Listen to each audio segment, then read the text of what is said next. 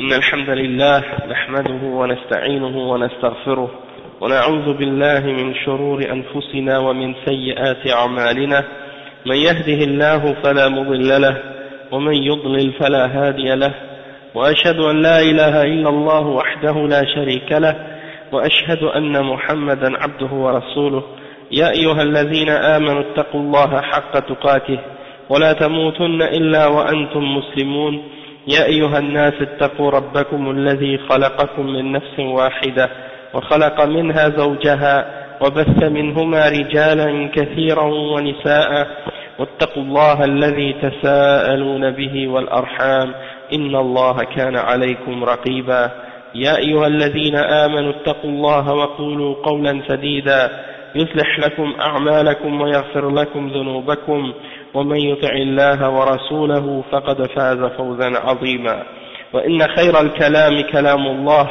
وخير الهدي هدي محمد صلى الله عليه وسلم وإن شر الأمور محدثاتها وكل محدثة بدعة وكل بدعة ضلالة وكل ضلالة في النار أما بعد.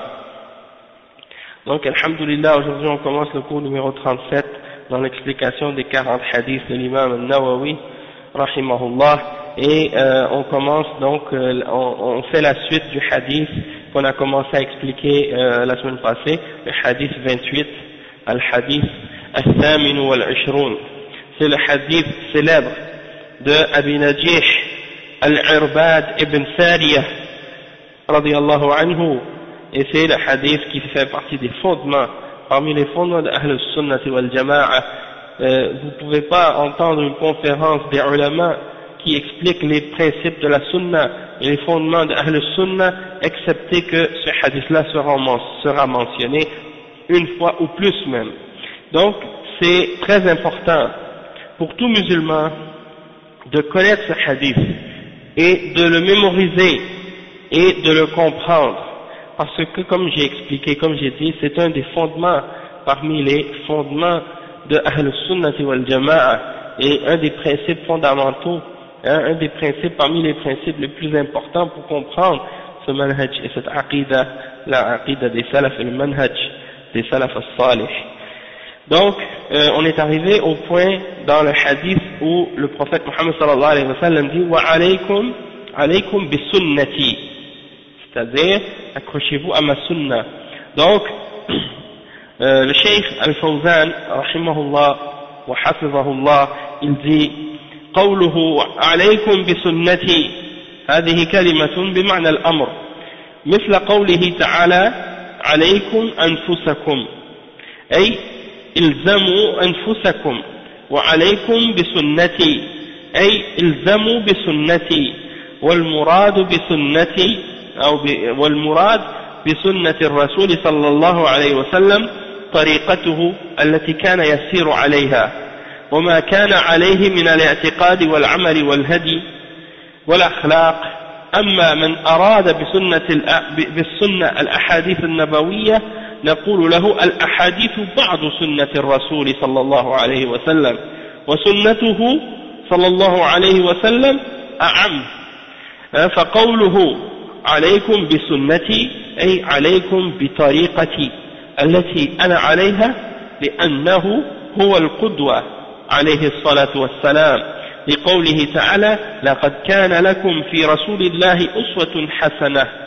Donc le cheikh il dit, quand le prophète Muhammad sallallahu alayhi wa sallam dit accrochez-vous ou restez sur ma sunna, ça c'est un ordre, c'est comme un ordre que le prophète sallallahu alayhi wa sallam nous donne, comme quand Allah il dit dans le verset 105 dans Surat Al-Ma'ida alaykum anfusakum, c'est-à-dire occupez-vous de vous-même et gardez vous-même, gardez votre personne sur le bien, sur l'islam. Le verset au complet c'est alaykum anfusakum, alaykum anfusakum la yadurrukum man dalla idha ihtadaytum. Celui qui, si vous êtes bien guidé, celui qui s'est égaré ne pourra pas vous faire du tort ou vous nuire, si vous-même vous êtes bien guidé. Donc, faites attention à vous-même et prenez-vous en charge de vous-même, et préservez-vous vous-même. Alaykum bi sunnati, quand tu dis ça à quelqu'un, alaykum ou alayka bi kada, si tu dis en arabe, alayk, c'est comme si tu lui dis, c'est comme si tu l'avertis, tu lui donnes un conseil ou que tu lui expliques, tu lui montres que c'est important de faire cette chose-là. Tu vois, alayka par exemple, alayka bis salah, alayka bis salah. Donc si tu dis alayka bis salah, c'est comme si tu dis manque pas ta prière, hein, accroche-toi et reste ferme sur ta prière.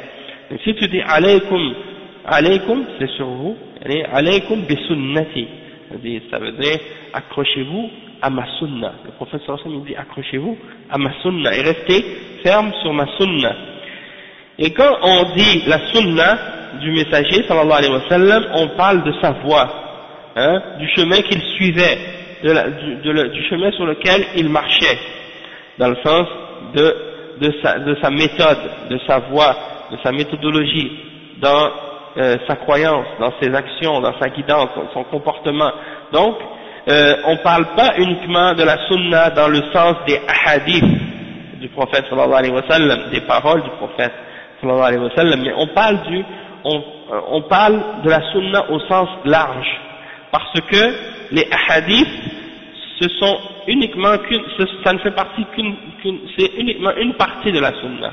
Les hadiths ne sont qu'une partie de la sunna, d'accord? Mais la sunna c'est beaucoup plus large et beaucoup plus vaste que uniquement cette partie-là ou cette notion-là qu'on a de la sunna. Alaykum bi sunnati, c'est-à-dire accrochez-vous à ma voie et restez sur ma voie, la voie sur laquelle je suis, parce que le prophète Muhammad sallallahu alayhi wa sallam, il est notre modèle, il est notre exemple, il est notre modèle. Et parce que Allah subhanahu wa ta'ala, il le dit même dans le Coran, le verset 21, en sourate Al-Ahzab, لَقَدْ كَانَ لَكُمْ فِي رَسُولِ اللَّهِ أُسْوَةٌ حَسَنَةٌ. C'est-à-dire, il y a pour vous, en la personne du messager d'Allah, sallallahu alayhi wa sallam, le meilleur exemple, meilleur modèle. Et ce meilleur modèle, c'est pour tous les musulmans, c'est pas pour une catégorie d'entre les musulmans seulement par rapport à d'autres, hein, parce qu'il y en a des musulmans qui pensent que ils sont pas obligés de suivre l'exemple du prophète Muhammad sallallahu alayhi wa sallam et la sunna du prophète Muhammad sallallahu alayhi wa sallam, que ça s'adresse seulement aux musulmans qui sont plus religieux ou qui étudient la religion. Mais de suivre l'exemple du prophète Muhammad sallallahu alayhi wa sallam et de s'accrocher à sa sunna et de suivre sa voie, c'est quelque chose qui est obligatoire à tout musulman et toute musulmane. C'est pas quelque chose qui se limite à certains musulmans parmi d'autres, hein, comme certains pourraient s'imaginer, et certains ont cette mauvaise compréhension là. Donc de suivre la sunna, c'est de suivre l'exemple et la voie du prophète Muhammad sallallahu alayhi wa sallam dans tous les aspects, dans la croyance, dans la pratique, dans la guidance, dans les comportements et dans tout en général. Le cheikh il dit ensuite وقال وسنة الخلفاء الراشدين المهديين من بعدي وهم الخلفاء الأربعة أبو بكر وعمر وعثمان وعلي رضي الله عنه هؤلاء هم الخلفاء الراشدون فما كانوا عليه وما عملوا به فإنه من سنة الرسول صلى الله عليه وسلم فهم المرجع بعد الكتاب وبعد سنة الرسول صلى الله عليه وسلم فينظر فيما كان عليه الخلفاء الراشدون ويؤخذ به.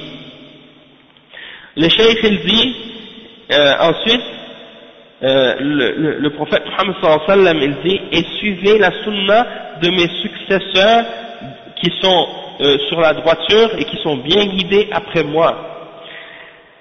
Ce sont les khulafa, les 4 premiers califes de l'islam, les 4 premiers successeurs du prophète Muhammad sallallahu alayhi wa sallam, Abu Bakr radiyallahu anhu, Omar, Othman et Ali radiyallahu anhum ajma'in. Ces 4 sont ceux qu'on appelle les khulafa ar-rashidoun. Al-khulafa ar-rashidoun, c'est-à-dire les khulafa ou les successeurs de la droiture, ceux qui étaient sur la droiture et sur la guidance, hein, qui sont bien guidés. Donc, eux, ces 4 khulafa, ils suivaient la guidance du prophète Muhammad sallallahu alayhi wa sallam, et ils ont suivi la même guidance que celle du messager sallallahu alayhi wa sallam. Donc le cheikh il dit ce qu'ils ont pratiqué et ce qu'ils ont suivi et ce qu'ils ont fait comme dans leur vie, qu'est-ce qu'ils ont accompli après la mort du prophète Muhammad sallallahu alayhi wa sallam, ça fait partie de la sunna du messager sallallahu alayhi wa sallam. Ce qu'ils suivaient comme religion, ce qu'ils appliquaient comme religion, ça fait partie de la sunna du messager sallallahu alayhi wa sallam, et donc ils sont pour nous une référence. Ils sont pour nous une référence. On peut retourner à leur exemple pour trouver ou pour comprendre certains aspects de l'islam.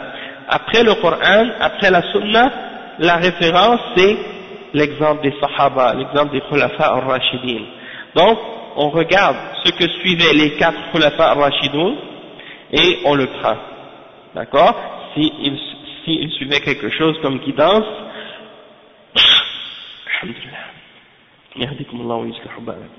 s'ils suivaient quelque chose comme guidance, on peut s'y référer comme guidance après le Coran et la Sunna.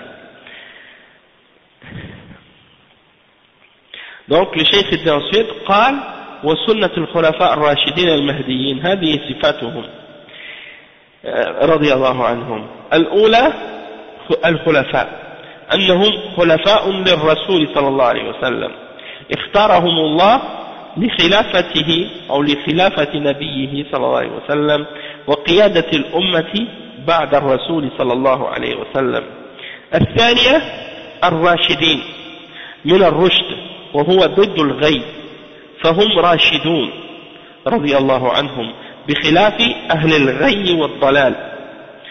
والثالثة المهديين جمع مهدي وهو من هداه الله إلى الحق والصواب لأن الله هداهم وهذه شهادة لهم أنهم على هدى رضي الله عنهم. Le cheikh il dit donc que ensuite le prophète sallallahu alayhi wa sallam il dit et suivez la sunna de mes successeurs qui sont droits et qui sont bien guidés après moi. Ce sont les 4 khulafa comme on a dit, et voici leur description comme le prophète sallallahu alayhi wa sallam les a décrits, les successeurs qui sont droits et bien guidés. La première caractéristique ou la première description que le prophète sallallahu alayhi wa sallam a fait d'eux, c'est de les appeler al-khulafa. Al-khulafa c'est le pluriel du mot khalifa. Khalifa qui signifie être un successeur. Hein? Donc ce sont les successeurs et les khulafa du messager sallallahu alayhi wa sallam. C'est pour ça que les dirigeants après le prophète Muhammad sallallahu alayhi wa sallam on les appelait des khulafa. Pourquoi? Parce que ce sont des khalifas. Ce sont des gens qui ont succédé au prophète sallallahu alayhi wa sallam dans le fait de guider la Ummah et de diriger la Ummah. D'accord? Et donc on les appelle des khulafa, ces 4-là on les appelle des khulafa rashidoun, on les appelle des khulafa parce que ce sont ceux que Allah a choisis pour être les successeurs de son prophète sallallahu alayhi wa sallam, pour guider la Ummah après la mort du prophète Muhammad sallallahu alayhi wa sallam. La deuxième description qui est donnée dans le hadith par le prophète sallallahu alayhi wa sallam, c'est Ar-Rashidin. Ar-Rashidin ou Ar-Rashidoun, ça vient du mot rushd. Et Ar-Rushd, ça veut dire la droiture, d'être droit. Le contraire d'être dévié. Didd al-Ghay. Didd, ça veut dire le contraire. Al-Ghay, ça veut dire d'être dévié, égaré, dévié. Donc, ils sont Rashidoun, ils sont bien guidés. Contrairement aux gens de la déviation et de l'égarement. Ahlul Ghay wa Dalal. Ça c'est une de leurs caractéristiques, et aussi il les a décrits en disant qu'ils sont Mahdiyin. Mahdiyin c'est le pluriel de Mahdi. Mahdiyoun c'est le pluriel de Mahdi, et Mahdi ça vient de Al-Huda, la guidance. Ok, donc c'est-à-dire que ce sont des gens que Allah subhanahu wa ta'ala a guidés vers la vérité et vers la voie correcte. Donc ils sont bien guidés. Rashidoun, ça veut dire, comme j'ai dit tout à l'heure, être droit. Hein? Ar-Rushd, c'est la droiture, c'est l'orientation, c'est d'être bien orienté, bien droit, bien guidé. Ça se ressemble un peu les deux mots. Al-Mahdiyin, Ar-Rashidin, Al-Mahdiyin, ça se ressemble. Souvent on dit les khulafa bien guidés, les successeurs bien guidés, pour résumer, parce que Ar-Rashidoun, Al-Mahdiyoun, ça se ressemble beaucoup dans la signification. Et donc, ce sont ceux que Allah a guidés vers la vérité. Et donc, on a le fait que le prophète sallallahu alayhi wa sallam les a désignés par ces caractéristiques-là, c'est un témoignage, c'est un témoignage de sa part du fait qu'ils sont bien guidés. ثم أكد ذلك فقال تمسكوا بها هذا تأكيد لقوله عليكم بسنتي فعند الاختلاف تقع الأمة في خطر عظيم لا ينجيها إلا أن تتمسك بسنة الرسول صلى الله عليه وسلم فالإنسان إذا كان في مهلكة أو في غرق ولجة يتمسك بالحبل الذي ينجيه من هذا الشيء والحبل الذي ينجيك من هذه المخاطر هو سنة الرسول صلى الله عليه وسلم لو انفلت منك الحبل وأنت في البحر أو في الماء تغرق فإذا خشيت أن ينفلت من يديك عض عليه بالنواجذ أي أضراسك لأنه إذا انفلت منك هلكت يعني إذا انفلت منك هلكت فإذا كلت يداك من التمسك به عض عليه بأضراسك. Le cheikh donne un exemple, il dit ensuite le prophète sallallahu alayhi wa sallam a confirmé, non seulement il a dit alaykum bi sunnati wa sunnati al-khulafa ar-rashidin al-mahdiin min ba'di, non seulement il a dit accrochez-vous à ma sunna et restez sur ma sunna et la sunna de mes successeurs bien guidés qui sont droits et qui sont bien guidés après moi. Ensuite il a dit tamassaku biha, en plus il a confirmé ça en disant tamassaku biha, ça veut dire tenez-la avec vos deux mains, accrochez-vous à cette sunna-là. C'est comme si tu dis, accrochez-vous à celle-ci. Tamassak, ça vient de massaka, ça veut dire de tenir quelque chose. Et tamassak, c'est encore plus fort que massaka. Tamassak, ça veut dire, tu fais un effort ultime pour t'accrocher à quelque chose. Et donc ça c'est pour confirmer quand la parole de alayka bi sunnati. Alayka bi sunnati wa tamassaku biha. Alaykum bi sunnati wa tamassaku biha. C'est comme s'il disait accrochez-vous à ma sunna et à la sunna de mes successeurs bien guidés après moi et accrochez-vous. En plus de ça il rajoute encore accrochez-vous à celle-ci et il dit que lorsqu'il y a de la divergence, comme on l'a mentionné au début du hadith, que le prophète sallallahu alayhi wa sallam a dit qu'il y allait avoir de la divergence. Donc, lorsqu'il y a de la divergence, et qu'il arrive dans la Ummah des choses dangereuses et graves, il n'y a rien qui peut sauver la Ummah de ces dangers-là, et de ces problèmes-là, et de ces divergences-là, excepté par le fait de s'accrocher à la sunna du messager sallallahu alayhi wa sallam. Donc, un individu, un homme, qui est par exemple en train de périr parce qu'il y a un danger qui l'attaque ou qui le touche, ou qu'il est en train de se noyer par exemple, il est dans un danger, soit il va tomber, tomber ou il va se noyer ou quelque chose comme ça, il s'accroche à une corde, on lui lance une corde, il va s'y accrocher à cette corde, pour se sortir de ce danger-là ou de cette noyade ou de ce problème. Et la corde qui va le sauver de toutes ces divergences et de tous ces problèmes qui arrivent et de tous ces dangers dans la Ummah, ça c'est la sunna du messager sallallahu alayhi wa sallam. Donc, la sunna du messager sallallahu alayhi wa sallam, on peut la comparer à une corde, hein, à laquelle on s'accroche quand on est en train de se noyer, que quelqu'un nous a lancé.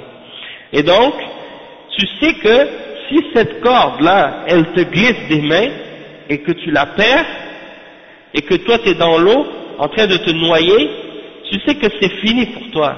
Hein? Parce que si la corde tu la lâches, ou bien qu'elle te glisse entre les mains, ça y est, il n'y a plus rien qui va te retenir pour couler. Alors qu'est-ce que tu fais? Tu mords dedans. Hein? Et c'est pour ça que le prophète sallallahu alayhi wa sallam, il dit par la suite de mordre dedans. Donc il dit, pour être sûr que tu vas t'accrocher à cette corde, tu veux pas qu'elle t'échappe, tu mords dedans, hein, avec tes molaires. Et donc, c'est ça, en arabe, al-nawajiz, en arabe c'est ça, al-nawajiz, c'est en arabe al-adras. Al-adras, ce sont les dents qui sont plus grosses en arrière, on appelle ça les molaires, hein. Donc quand tu mords avec les dents en avant, c'est des petites dents, et peut-être que ça peut lâcher. Mais les dents en arrière qui sont au fond, elles sont plus dures, plus fortes, hein, et quand tu mords avec, ça cramponne plus solidement. Donc, le prophète sallallahu alayhi wa sallam, en plus de dire accrochez-vous à celle-ci, hein, accrochez-vous à la sunna, il dit en plus, et mordez dedans avec vos molaires. Pourquoi? Parce que si tu lâches cette corde-là, ça y est, c'est fini, tu vas périr. Donc, de mordre dedans. Donc, il y a un point que je veux mentionner justement par rapport à ça, c'est que on voit que le prophète sallallahu alayhi wa sallam, il n'a pas seulement dit aux musulmans accrochez-vous à ma sunna, il a rajouté et à la sunna de mes successeurs bien guidés après moi.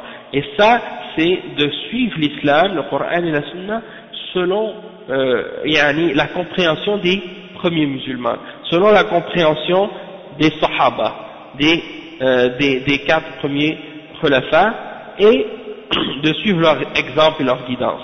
Pourquoi le prophète sallallahu alayhi wa sallam, il n'a pas seulement dit accrochez-vous juste à ma sunna, il a rajouté la sunna des successeurs bien guidés. Ça veut dire qu'on ne peut pas comprendre l'islam et on ne peut pas suivre l'islam excepté si on le suit selon l'exemple des successeurs bien guidés, parce que eux ils ont pris le cours, hein, si on veut du premier professeur de l'islam, c'est le prophète Muhammad sallallahu alayhi wa sallam. Ils ont appris la religion de sa source directe, et ils ont compris cette religion-là de sa source directe. Ils ont appliqué cette compréhension-là durant leur vie, durant la vie du prophète Muhammad sallallahu alayhi wa sallam et après sa mort sallallahu alayhi wa sallam. Et ils ont été bien guidés. Donc, ils sont pour nous une référence. Hein? Et donc, le cheikh il continue, il dit قوله تمسكوا بها وعضوا عليها بالنواجذ هذا تأكيد بعد تأكيد بالتمسك بسنة الرسول صلى الله عليه وسلم عند الفتن وعند الاختلاف فإن بها العصمة والنجاة لمن تمسك بها وترك ما عليه المخالف للسنة مهما كان هذا الشخص أو المخالف. Donc le cheikh il dit وقوله تمسكوا بها, donc quand le prophète sallallahu alayhi wa sallam il dit accrochez-vous à celle-ci, c'est-à-dire accrochez-vous à ma sunna et celle de mes successeurs bien guidés et mordez dedans avec vos molaires, ça c'est une confirmation après une confirmation, hein, de s'accrocher à la sunna du messager sallallahu alayhi wa sallam lorsqu'il y a des fitan, c'est-à-dire lorsqu'il y a des tribulations, qu'il y a des problèmes, qu'il y a des épreuves, qu'il y a des difficultés, qu'il y a des grandes calamités dans la Ummah. À partir de ce moment-là, il faut s'accrocher. Lorsqu'il y a des divergences, les gens sont en désaccord, les musulmans sont divisés, on revient à la sunna du prophète Muhammad sallallahu alayhi wa sallam, parce que dans cette sunna, il y a la protection, et il y a l'infaillibilité, et il y a le salut pour celui qui s'y accroche. Hein? Et d'abandonner tout ce qui est en contradiction avec la sunna du prophète Muhammad sallallahu alayhi wa sallam, peu importe que ce soit un individu, hein, et peu importe qui peut être cet individu-là qui a contredit la sunna, on doit l'abandonner, on doit le laisser. Donc, ce que les gens qui suivent autre que la sunna, les gens qui s'opposent à la sunna, on doit abandonner ce qu'ils suivent et abandonner ces gens-là, peu importe qui ils sont. Et ça c'est très important, qu'est-ce qu'on voit ici? Parce qu'il y a des gens, justement, parmi les jeunes bid'a, ceux qui sont déviés, ce sont ceux qui ont abandonné la sunna, à chaque fois. Si vous regardez les gens qui suivent autre que la voie de Ahl Sunnati wal Jama'a, peu importe quelle secte ils suivent, vous allez remarquer une chose qu'ils ont tous en commun, c'est qu'ils ont tous des problèmes envers la sunna. Ils ont tous des doutes envers la sunna, ou bien ils ont tous des erreurs dans leur compréhension de la sunna. Et ils refusent de retourner à la sunna parfois. Soit qu'ils la rejettent directement, ou soit qu'ils la rejettent indirectement. Mais dans les deux cas, ils sont en opposition avec la voie de Ahl Sunnah, et avec la Sunna. Donc le Cheikh il dit وَثُمَّ قال صلى الله عليه وسلم وإياكم هذا التحذير ومحدثات الأمور منصوب على التحذير ومحدثات منصوب وعلامة نصبه الكسرة نيابة عن الفتحة لأنه جمع مؤنث سالم ومحدثات الأمور جمع محدثة والمحدث في الدين ما ليس له أصل في كتاب الله ولا في سنة رسول الله من الأمور الحوادث قال صلى الله عليه وسلم من أحدث في أمرنا هذا ما ليس منه فهو رد وفي رواية من عمل عملا ليس عليه أمرنا فهو رد فما خالف السنة فهو محدث والمحدث بدعة وضلالة فإن كل محدثة بدعة. Donc le cheikh explique, il dit prenez garde, wa iyyakum, iyyakum c'est un avertissement, prenez garde, faites attention aux muhdathat min al-umur, wa muhdathat al-umur, c'est-à-dire les choses nouvelles qui sont inventées dans la religion. Les choses nouvelles dans la religion, les inventions, les choses qui n'existaient pas. Le cheikh il dit Iyyakum wa muhdathat. Muhdathat, il est mansoub dans ce contexte-là. Et le signe qui désigne le fait qu'il est mansoub, c'est le kasra. Muhdathat. À la fin, muhdathati. Muhdathati. Bon, peut-être que ça c'est des trucs de grammaire en arabe. Mansoub, et le signe de son nasb, c'est qu'il est avec le kasra. Et c'est le kasra qui remplace la fatha. Parce que, en principe, ça devrait être muhdathata. Parce qu'il est mansoub, et quand quelque chose est mansoub, il est avec une fatha. Mais là, ici, on dit muhdathati. Pourquoi? Parce qu'il est jam' mu'annath salim. Ça, c'est un pluriel, c'est une sorte de pluriel féminin. Et quand un pluriel est féminin et qu'il est sous cette forme-là, qu'il est salim, qu'il garde la même forme que lorsqu'il est au singulier, muhdathat. Muhdathat, la seule chose que tu rajoutes pour le mettre pluriel, c'est le alif, donc il reste dans sa même forme, il ne change pas d'ordre ou de forme, alors à cause de ça, il devient mansoub par la kasra au lieu de la fatha. Jam'u muhdatha. Donc muhdathat, c'est le pluriel du mot muhdatha. Et qu'est-ce qui est muhdath dans la religion?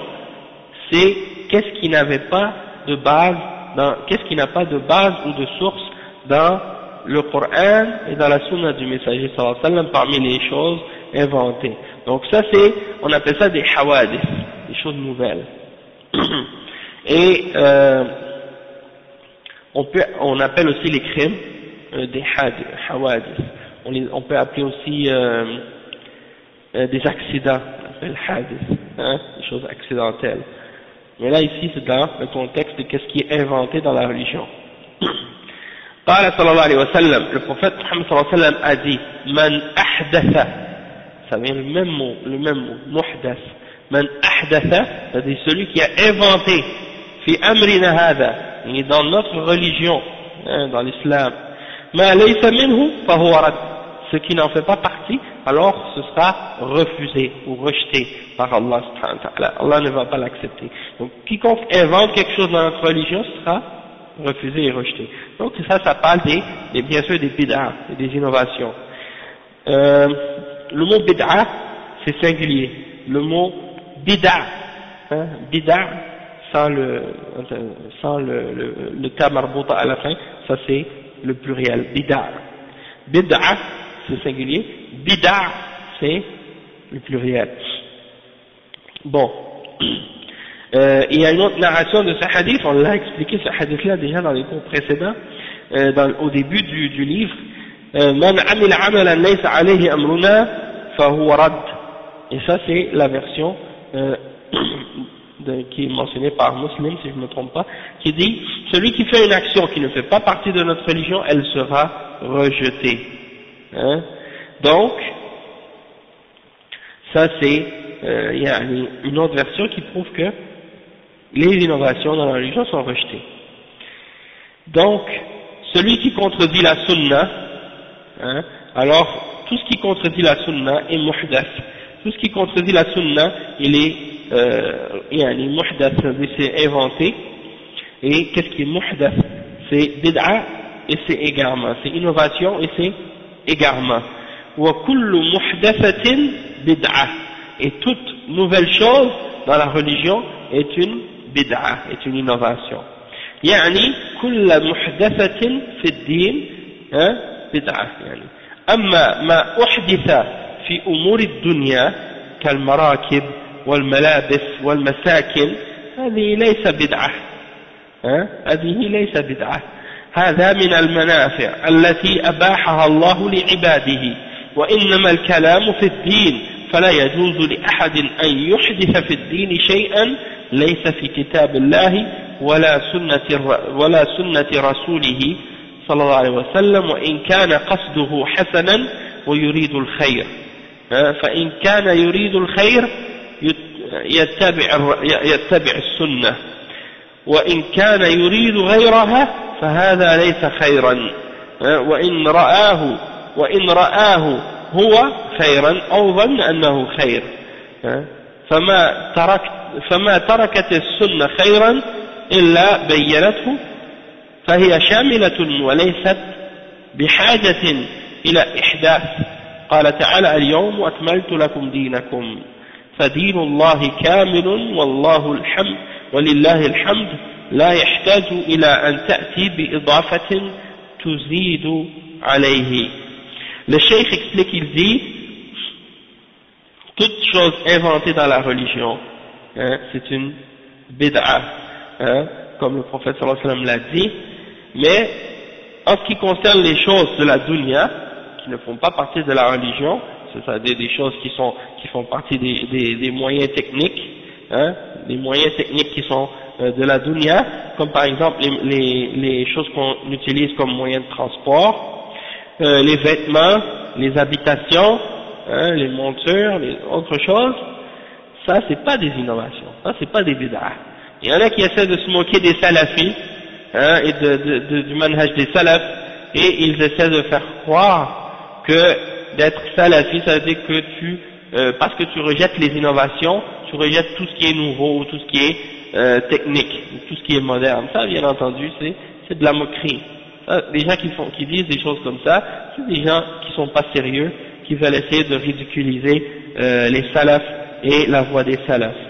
Donc, ça c'est des moyens techniques, des choses qui ne sont pas reliées à la religion, ni à l'adoration, ni à la pratique religieuse, et donc, ni à la croyance. Donc ces choses-là ne font pas partie de qu'est-ce qui est bid'a et interdit dans la religion ou qu'est-ce qui est égarement. Ça dépend, ça dépend de la chose elle-même, puis des intentions qui sont derrière son utilisation. Donc on ne peut pas dire nécessairement que c'est quelque chose de mauvais. C'est comme par exemple un couteau. Est-ce qu'un couteau c'est haram ou c'est halal? Ça dépend. Ça dépend pourquoi tu vas l'utiliser. Si tu l'utilises pour égorger un animal, pour le manger, ou bien pour faire une adoration dans le sens que tu vas sacrifier un mouton pour pour le Eid ou des choses comme ça, dans ce cas-là c'est une chose de bien, hein, un couteau, tu vas l'utiliser pour faire quelque chose de bien avec. Mais si tu utilises le couteau pour tuer quelqu'un, un musulman, ou bien pour tuer quelqu'un qui n'a pas le droit d'être tué, parmi les kuffars qui sont protégés par une entente avec les musulmans ou des choses de ce genre, là, ça c'est quelque chose de mal. Tu as désobéi à Allah et son messager. Donc tu utilises ce couteau-là en lui-même, il n'est pas mauvais, il n'est pas bon, mais selon qu'est-ce que tu vas faire avec, selon comment tu vas l'utiliser et l'intention qui est derrière, il peut devenir mauvais. Hein? Donc c'est pour dire que les moyens techniques en eux-mêmes, tu ne peux pas dire qu'ils sont bid'a, tu ne peux pas dire que ça c'est un couteau, c'est bid'a, tu ne peux pas dire ce micro, il est bid'a. Ce micro dans lequel on est en train de parler maintenant, si je l'utilisais pour faire pour chanter des musiques ou faire des spectacles, ça deviendrait quelque chose de mauvais, que j'utilise parce que je fais du mal avec, ou je fais qu'est-ce qu'Allah a interdit avec. Mais si c'est utilisé pour faire des durus, pour faire la khutbah, pour enseigner la parole d'Allah, pour faire entendre à tout le monde les paroles d'Allah, dans ce cas-là, ça devient quelque chose de bien. Ou bien pour parler, pour que tout le monde entende, mais que ce sont des bonnes paroles, alhamdulillah, dans ce cas-là, il n'y a pas de problème. Donc, on ne peut pas dire que ça c'est des bid'a, parce que c'est des choses qui ne sont pas reliées directement à la religion, ce sont des choses neutres. Une voiture, c'est la même chose. Je peux utiliser la voiture pour aller à la mosquée, pour aller au travail, pour aller faire des choses de bien. Ça c'est quelque chose de halal, c'est quelque chose de bon. Mais si j'utilise la voiture pour aller faire des péchés, ou pour aller porter des choses qui sont haram dedans, mettre de l'alcool ou d'autres choses dans la voiture, là dans ce cas-là ça devient haram. Ou bien pour ramener des femmes à l'intérieur de la voiture pour faire des choses haram ou des choses comme ça, dans ce cas-là ça devient une utilisation de la voiture qui est haram. Mais la voiture en elle-même, elle n'est pas mauvaise, elle n'est pas interdite, hein, en elle-même. Ça dépend ce que tu vas faire avec. Donc ça c'est pour faire comprendre la différence entre le fait de faire une innovation dans la religion et de faire quelque chose avec des choses de la dunya. Hein? Tandis que les innovations c'est dans la religion. C'est quand quelqu'un fait quelque chose sur un plan religieux, dans une intention de se rapprocher à Allah et de faire plaisir à Allah subhanahu wa ta'ala pour que Allah t'aime, tu fais quelque chose et tu penses que ça c'est quelque chose que Allah va aimer et que Allah va te récompenser pour. Alors le fait de le faire, cette chose-là, alors qu'elle n'est pas dans le Coran, elle n'est pas dans la Sunna, elle fait pas partie de la religion, toi tu le fais avec une intention religieuse et tu penses que c'est quelque chose qui est bien, alors là ça devient une innovation, ok? Parce qu'il n'y a pas de preuve dans le Coran, il n'y a pas de preuve dans la Sunna, il n'y a pas de preuve dans les paroles du prophète Muhammad sallallahu alayhi wa sallam, et donc dans ce cas-là c'est pas permis de le prendre comme religion. Et c'est ça ce que le cheikh explique ici. Il dit, il n'est pas permis à quiconque, il n'est pas permis à une personne d'inventer dans la religion quoi que ce soit. Si c'est pas dans le livre d'Allah, si c'est pas dans la sunna du messager sallallahu alayhi wa sallam, même si la personne qui le fait, il a une bonne intention, hein, et même si la personne qui le fait, elle veut le bien, hein, alors si elle veut vraiment le bien, elle n'a qu'à suivre la sunna du prophète Muhammad sallallahu alayhi wa sallam. Mais si il veut autre que la sunna du prophète Muhammad sallallahu alayhi wa sallam, alors ça veut dire qu'il n'y a pas de bien dedans. Ok? Même si les gens qui observent cette action-là, ou lui-même, il pense que c'est bon. Même s'il s'imagine que c'est bon de le faire. Hein, parce que le fait d'abandonner la sunna, il n'y a pas de bien là-dedans. Et le cheikh il dit وَمَا تَرَكَتِ السُنَّةَ خَيْرًا إِلَّا بَيَّنَتْهُ, c'est-à-dire il n'y a pas un bien qui existe excepté que la sunna nous l'a expliqué. Il n'y a rien qui est oublié ou qui a été laissé de côté. La sunna elle englobe tout et elle contient tous les biens, hein, et les besoins qu'on a besoin. Donc on n'a pas besoin d'inventer rien dans la religion. La religion d'Allah subhanahu wa ta'ala, elle a déjà été complétée. Elle est parfaite, elle est complète, alhamdulillah, et donc elle n'a pas besoin qu'on rajoute quelque chose dedans. Hein? Wa alaykum salam wa rahmatullahi wa barakatuh. Et le prophète Muhammad sallallahu alayhi wa sallam, il l'a expliqué comme on l'a dit tout à l'heure, et Allah subhanahu wa ta'ala dit dans le verset 3 dans Surat Al-Ma'ida, Al-yawmu akmaltu lakum dinakum. Aujourd'hui, j'ai parachevé pour vous, ou j'ai complété pour vous ma religion. Donc la religion elle est complète, il n'y a rien à rajouter dedans, il n'y a pas de détails à rajouter dedans. Maintenant il y a des gens qui voient quelque chose, que les gens font quelque chose, ils pensent que c'est bon.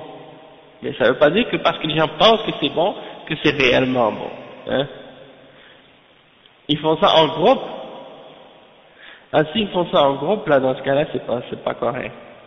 Si les gens se réunissent en groupe dans la mosquée pour faire duha en jama'a, ça devient une bid'a, yani wallahu a'lam.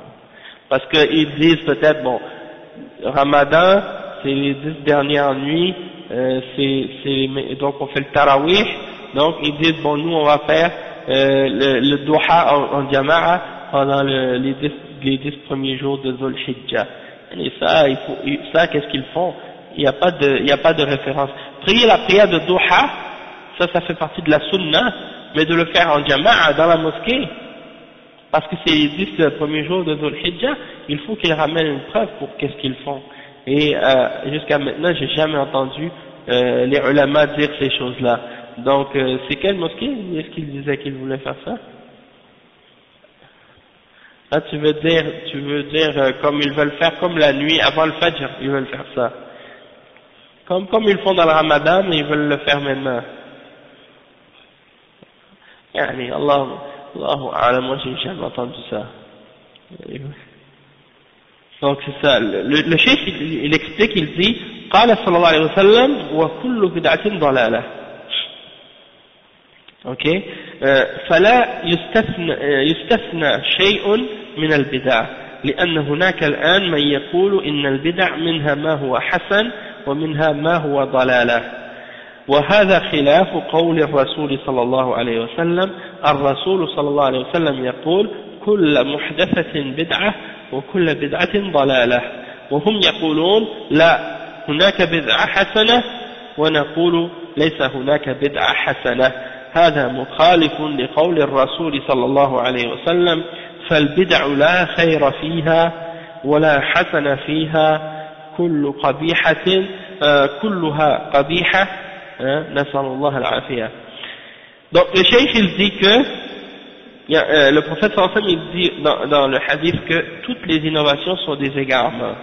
Toutes, ça veut dire c'est général, sans exception. Il n'y a pas une innovation dans la religion qui est bonne. Elles sont toutes des égarements. Mais il y a des gens aujourd'hui qui font des exceptions de certaines bid'ah. Ils disent toutes les bid'ahs sont des égarements sauf quelques-unes. Il y en a qui ne sont pas des égarements, il y en a qui sont bonnes parmi les innovations religieuses. Il y a des gens qui disent ça.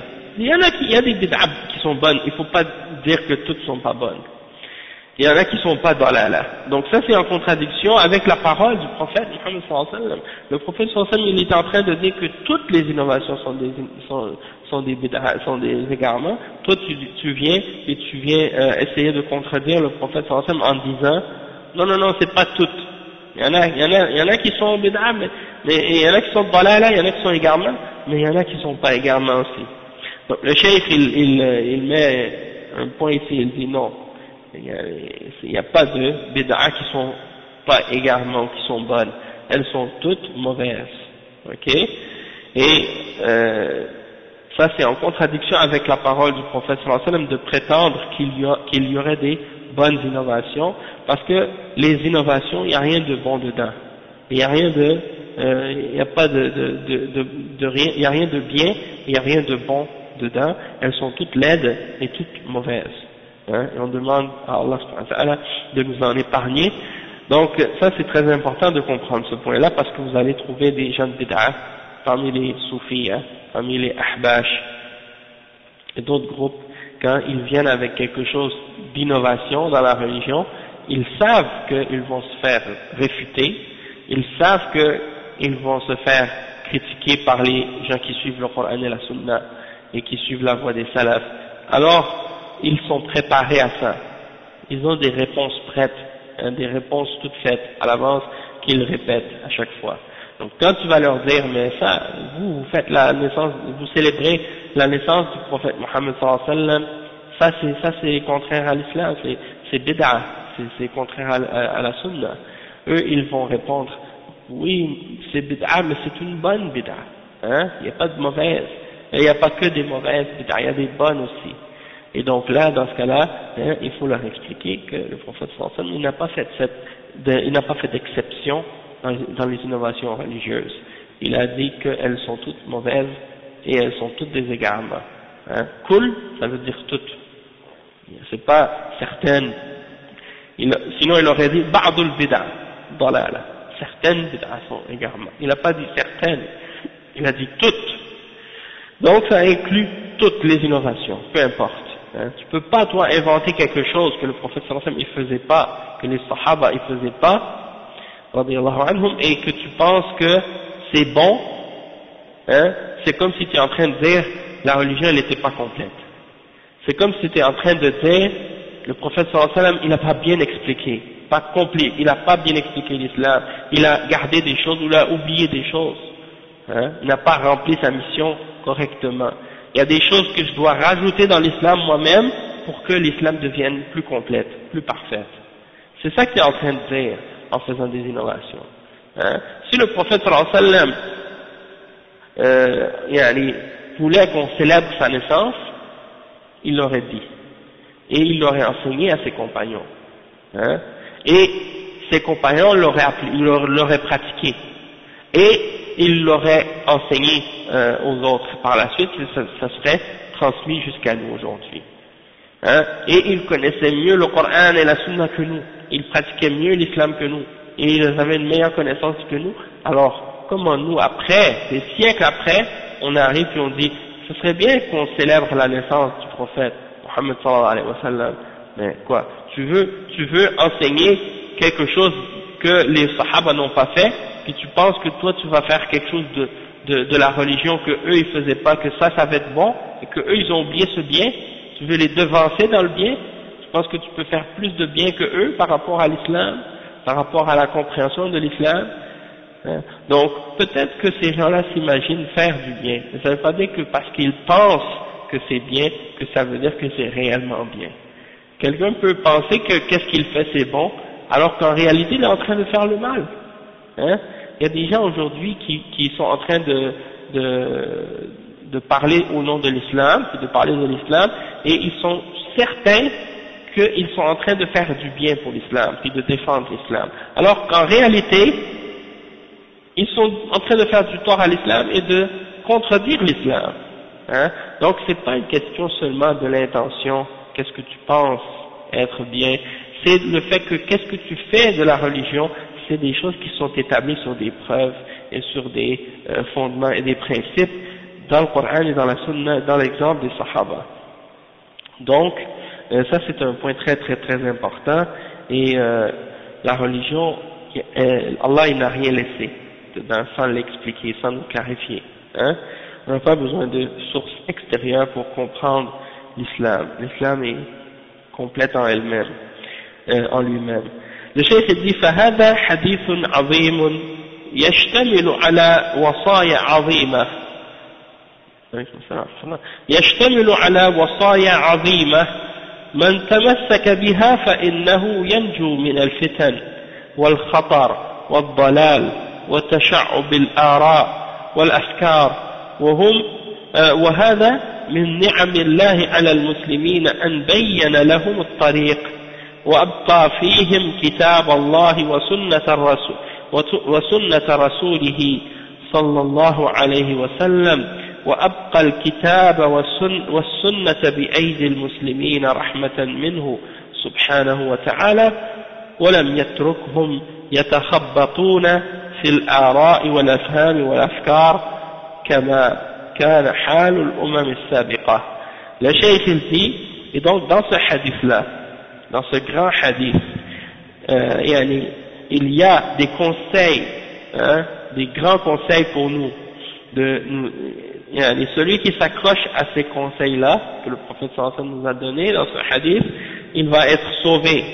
Il va être sauvé des épreuves et des difficultés et des tribulations qui tombent sur la Ummah, et des dangers et de l'égarement et de la division et de la, comment je pourrais dire, de toutes les différentes formes d'opinion et de pensée qui sont propagées actuellement dans la société, hein, et ça fait partie des grâces d'Allah pour cette ummah, pour les musulmans, qui nous a clarifié, hein, la voie à suivre, et qu'il a fait en sorte que le Coran, le livre d'Allah et la Sunna soient préservés et restent avec nous.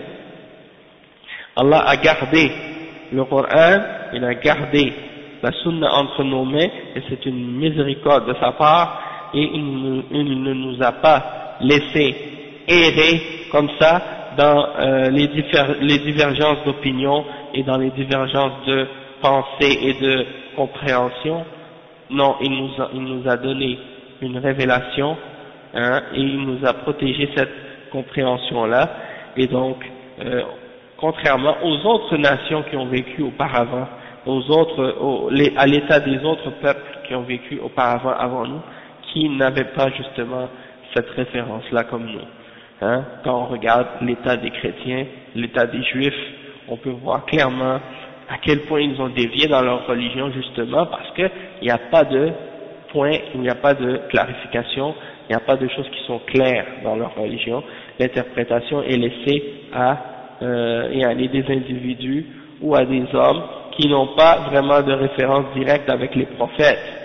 Hein, c'est des gens qui sont venus après, qui ont commencé à essayer d'interpréter la parole de leurs livres saints, qui parfois sont falsifiés, bien souvent, et qui ont des contradictions dedans, ou qui ont des choses qui sont mélangées, des choses vraies, des choses fausses.